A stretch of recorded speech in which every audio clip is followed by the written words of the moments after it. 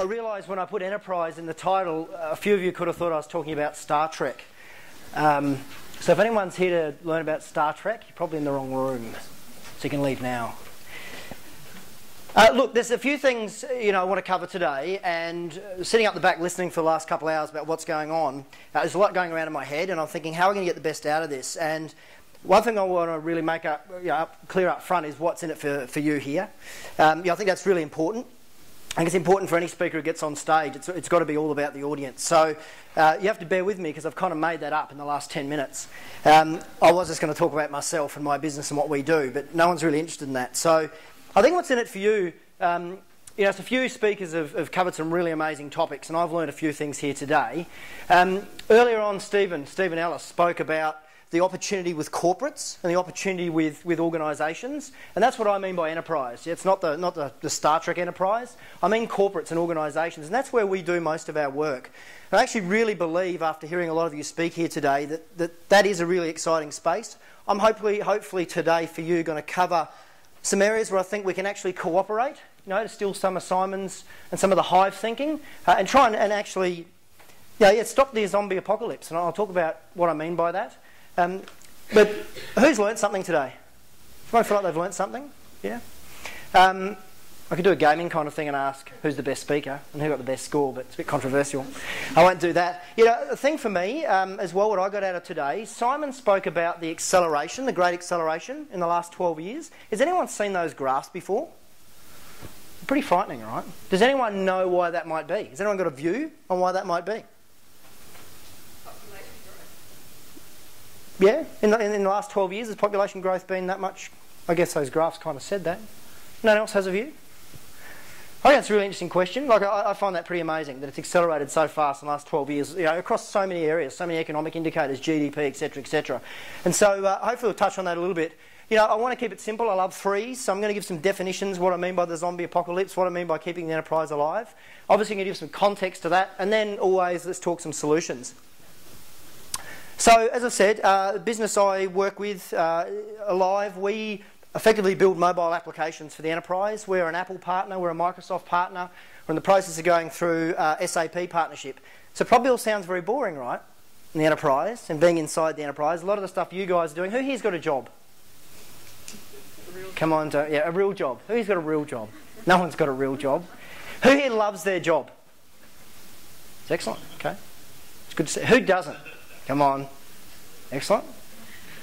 Okay, so, we might think the enterprise is a pretty boring space, but let me let you in on a little secret.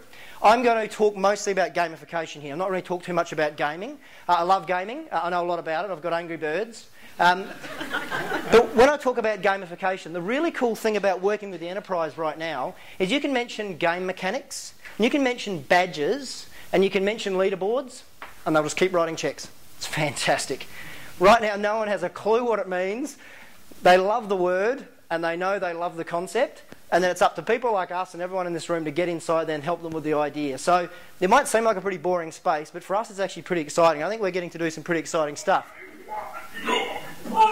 So I asked my 6 or now 7-year-old son what a zombie was, to draw me a zombie, and that's what he drew. It's pretty realistic. And then I asked him to give me a definition. Pretty apt. It's actually a better definition than what's on Wikipedia, believe it or not, talking about cooperation. But that's what a zombie is. Again, I got a Wikipedia quote here, so it's got to be right. But I love this line here about subtext and some context. Most individuals cannot be relied upon to support the greater good if the personal cost becomes too high. Aren't we selfish bastards? That's really what it comes down to. A lot of this zombie apocalypse is all about, I want to do something about it, but it's too hard or it's too expensive. I've heard so many things. I've been here a couple of hours this afternoon. I'll tell you a little story about where I was this morning. I heard so many things this afternoon about money and capital raising and how do I get things done. Bloody hell, I've got this little saying and this little belief, and I used it in a newspaper article with the Sydney Morning Herald a couple of weeks ago, and they said, no, I'm not going to include that because we don't understand what it really means. But the quote goes something like this, and hopefully you're all smarter in the room than the average Sydney Morning Herald reader. But what it really is there's more money in the world than there are great ideas. There's more money in the world than there are great ideas. I fundamentally believe that. What I mean by that is we're a business. When we started our business about 12 months ago, we're a combination of 4 other businesses. We've been around a while and we're all entrepreneurs, and we kind of knew what we were doing. We've had some success. But we had no problem raising capital. It took us 3 weeks to get capital, and a substantial amount of capital. We spent a lot of time trying to work out the why it is what we do, which is why we come up with the brand Alive.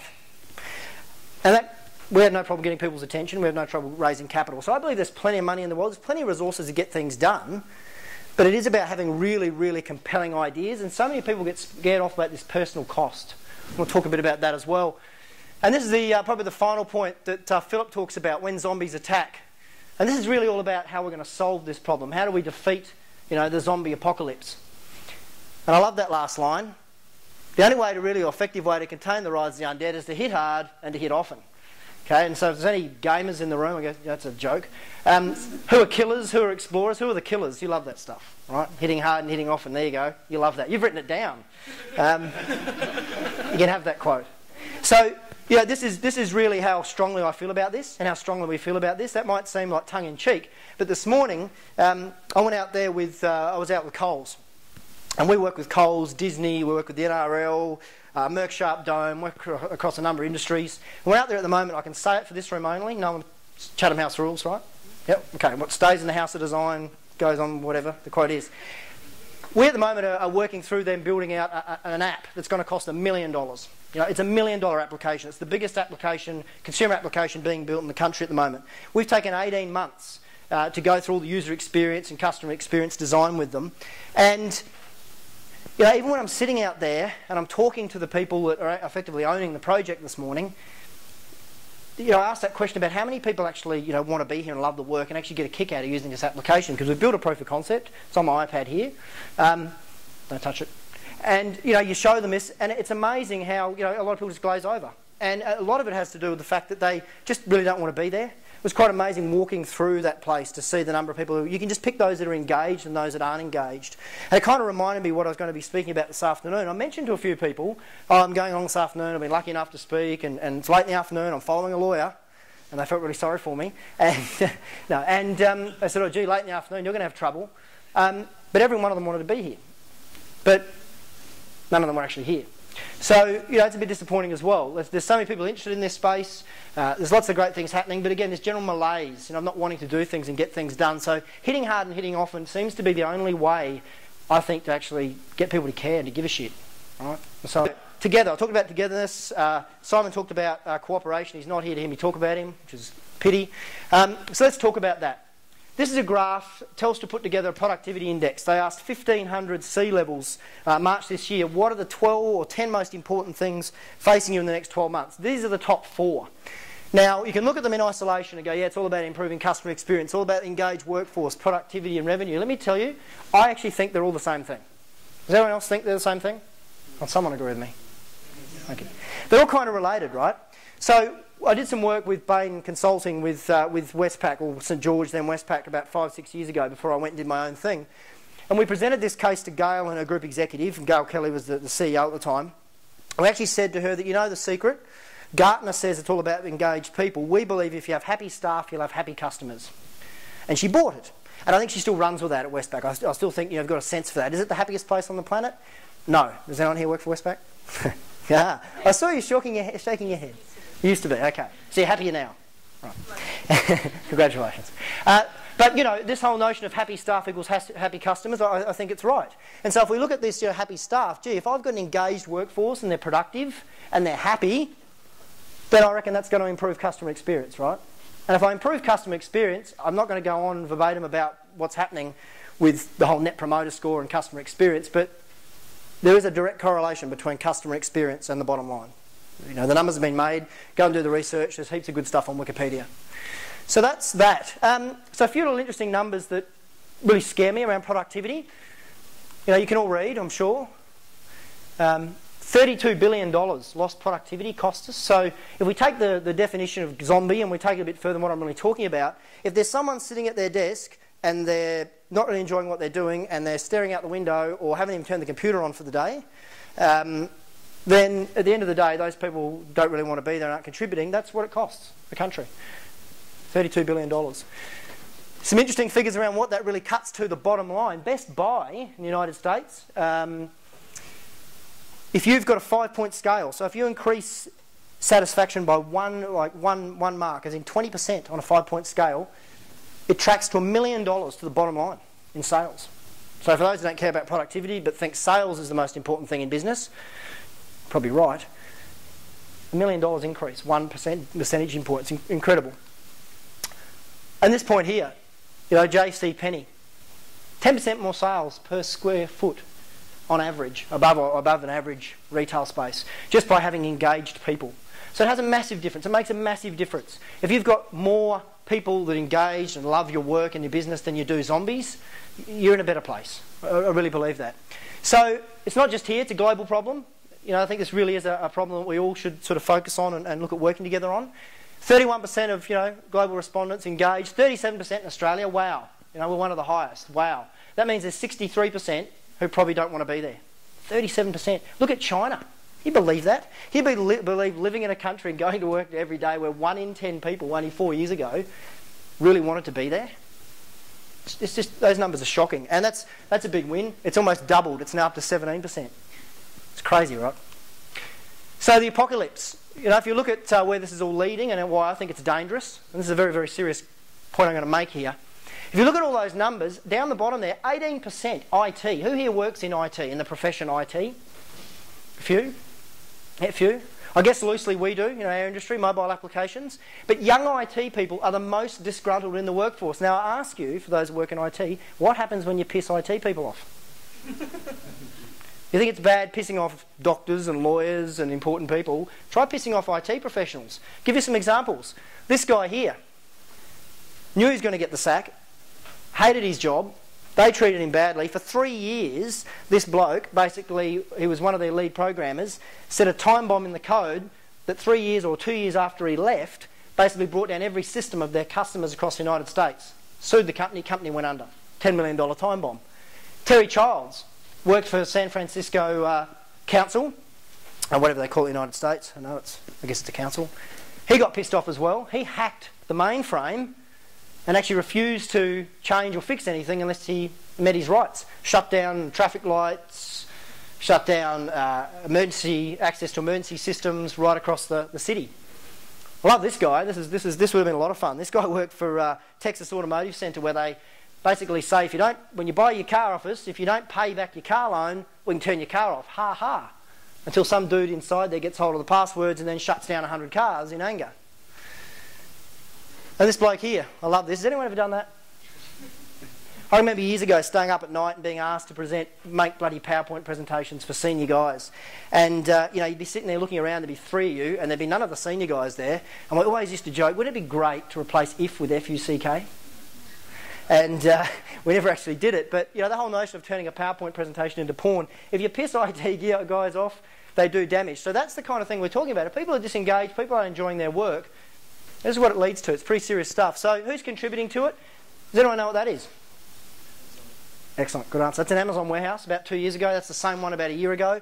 And they've just spent $770 million buying robots. So if it's not zombies, it's robots. Amazon, which has been a leader in these things. Who's seen robots fights robots kind of world, and the rest of us just all go home. You know, that's where it's all heading, right? And so none of my children did that drawing. I should actually footnote that. Fortunately, I think, and I guess the thing I'm trying to put out there today and trying to get some action and trying to get some involvement and maybe some cooperation is I think there is a saviour to this. You know, I talked about mobile. Mobile is the fastest growing consumer technology in history, fact. Now that is across a set of numbers based on the Android operating system and iOS. But as two operating systems, that's what we're talking about. When I talk about making organisations more productive, there's a whole heap of great stuff going on. It's almost like the perfect storm. I mean, I love our business. You know, we have a lot of fun and we have no trouble, it seems, at the moment getting customers, which is a great thing for us. But it is really almost a perfect storm. We've got mobile technologies, we've got cloud, we've got gamification. There's a lot going on. The most important thing is that most of the answers and most of the really great opportunities lie in the hands of the employees. You know, productivity gains, gamifying business process, which is what I'm going to finish on. You know, that is an amazing opportunity. I'll talk about some of the stuff we've done and we're doing. So, you know, prediction is that 40% of workers in the next 2 years will be only mobile. 40%. Yeah? That's not just someone on a smartphone. That's people who are working entirely from a mobile device. Broad definition, I know. So, let's finish on the solution. I mentioned up front about what we do and where the opportunity lies. You know, at the end of the day, this is what gets people engaged. There's a number of things. This is really, I guess, the top few. The first one is more opportunities to do what I do best. The second one is career development and training. The next one's more flexible job conditions, more challenging work. They're kind of the top four, and then so on and so on. You guys are the bright ones. You're the guys who do a lot in this industry. Can anyone just sitting there right now think of any ideas in your work, how you can bring your work into the workplace to help with that stuff? Anyone? Got an idea? Let's have a go at some. Yeah? Well, what I've noticed in organizations, the hardest part of the job is to convince management that they don't have to control their employees. Because they put in a lot of rules in case, out of fear that things might go wrong. One of the things I do is I facilitate open space things, which is actually a huge coffee break. What you do is you give in an organization, you have like an open agenda, and you put the responsibility of the content of the agenda with the people, and you take out any form of control. And the great thing is, people are really engaged because they bring in the topics and they talk about things they're really concerned with. And at the end of the day, management is usually surprised that actually people did a lot of work without any control. Yeah, so holy shit, I left the room and things got better. Surprise, isn't it? Yeah. So there you go. I mean, there's just one example, one idea. You know, using game mechanics. You know, we've got more of a mobile flavour on this, but there's so many great ideas that has to be in this room to solve some of these problems. You know, you talk about control. There's a quote, being in control is actually being out of control. You know, absolutely true. So I'm going to have a go at some of these. You know, we work with a user experience group when we do really big, heavy projects because we've only got so many people. And one of my favourite guys in there, consultant John Duhigg, this is one of his quotes: no one ever wants technology. So when I say mobile and mobile applications, let's just take the technology out of it for a second and let's look at what people really want. And what people really want is how it makes them feel, what it helps them to achieve. That's what people really want. And if we're talking about engagement, what really people want is they just want to be valued. Yeah, they want to be asked for their opinion, they want to be involved, they want to feel like they can contribute. Or as I said on the previous slide, they just want to feel like they can do more of what they're good at. So let's have a crack at that. You know, there's applications out there right now. We're doing some work at the moment with SAP, trying to help with some of the SAP applications. And, you know, it's like, there's some stuff out there and it's kind of okay, but imagine just with me for a second if this person here had actually had what they're good at. It was just a simple tablet app that said, this is what I'm good at. And someone could actually contact that guy and say, hey, you're really good at that, I need that help. And then whenever they do that work and they do a really great job of it, why don't they get a rating system or some sort of feedback system that says, this guy did an awesome job for me on this particular piece, this one little piece, not his job title, not some dodgy sounding job title that just sounds like everyone else's, but actually the work he was doing or she were doing.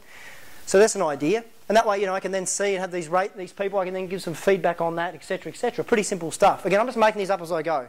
I'll wait to give these slides. Let's look at career development and training. Now, I don't know if anyone's seen this. This is Dissect the Frog app. Frogs around the world rejoiced when this app was released. Because I don't know if you can remember science class, used to cut open frogs. Frogs don't get cut open anymore. Yeah, you can use an iPad and you can cut open the frog. How many people here have done training where they're sitting in front of a bloody desktop with a mouse staring into a screen with some dodgy voice from the other side of the world talking you through the next step? No one? Okay, there you go, Westpac again. Okay, I'm making it up. But it happens, trust me, inside the enterprise it happens. Training has to be more interesting now. I have to be able to earn points and there has to be some sort of, I don't know, just keep it simple. Just give me a badge for completing something. You know, I can then become a train the trainer kind of person. So heaps of opportunities for training. You know, this frog, I love the frog one. Looking at him, look at the lungs in 3D, it's really good. It's got sound effects. What about more flexible job conditions? We'll talk about being able to work around the world. Why can't I just jump on a map right now and have a look where someone is willing to do something, actually willing to get on a plane and do a fly-in to help me with a problem? How many people here, if we're given the chance in 48 hours, would fly to the other side of the world, San Francisco or London, to fix a problem? Here you go. When was the last time you were asked? Never. And then you can get your miles. Instead of getting frequent flyer points, you get miles inside the organisation for the person who's done the most fly-ins. And they give you a parachute when you leave. I don't know. There's got to be more ways to make that interesting. So more flexible job conditions. I'm short on time. Heaps can be done there. We did a bit of piece of work with Surf Life Saving Australia, one of our biggest customers, where we basically took an app that is risk management. Sexiest thing there is, trust me, right? Really sexy subject matter. But they've got 103,000 volunteers and they have to track assets and hazards on the beach and record things and put flags in. We just gave them a free app they download onto iPhone or Android at the moment, and they can do those things and they get points. And then what happens is the beach gets points. So if I'm a surf lifesaver at Bondi, I'm competing with the surf lifesaver at Manly and so on and so forth. And all of a sudden we've got this banter and healthy banter going on between the beaches. More challenging work. I don't know, who's seen DJ, the app DJ? You've seen that? Don't you love that? Great example of using the power and the UX in these devices. Again, mostly tablet here, but imagine if, I don't know, again I'm making this up as I go, imagine in my job I actually got to create something like this, an app. Like someone said to me, okay, you've just done your job, can you now turn that into a business process for a mobile device? I don't know. So there's just some ideas. National Geographic, wouldn't I love it to be able to just say the things that challenge me, and then someone can set me a challenge within the job. You know where I'm going with this. So closing. Come back to the point around engagement. Come back to the point around 63% of people inside an organisation don't really want to be there. We are on the verge of a zombie apocalypse. Robots, zombies, they're all evil. All right? If we're going to defeat this, it is about hitting hard and often, and that's my final call to action as I close. Together we can save the world. We're a mobile app business.